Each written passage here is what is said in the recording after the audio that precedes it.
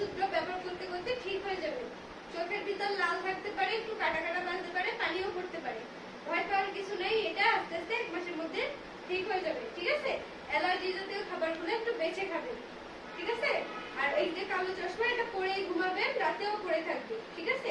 এটা পরে ঘুমালে কি হবে, চোখে ডলা টলা লাগলে ওটা চশমার উপর দিয়ে যাবে, চোখে লাগবে না। এজন্য চোখে পরে ঘুমাতে হবে। চশমা 24 ঘন্টা 1 মাস পরা থাকবে। ঠিক আছে?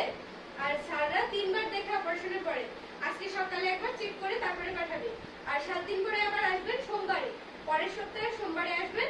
ওদিনকার 300 টাকা দিয়ে একটা টিকিট কাটবেন, কেটে স্যারকে আবার দেখাবেন। ওই ঢাকা স্যারকেই দেখাবেন যিনি অপারেশন করছে, ওনাকে। ঠিক আছে? 7 দিন পরে এসে 300 টাকা দিয়ে টিকিট কেটে ওনাকেই দেখাবেন। ঠিক আছে?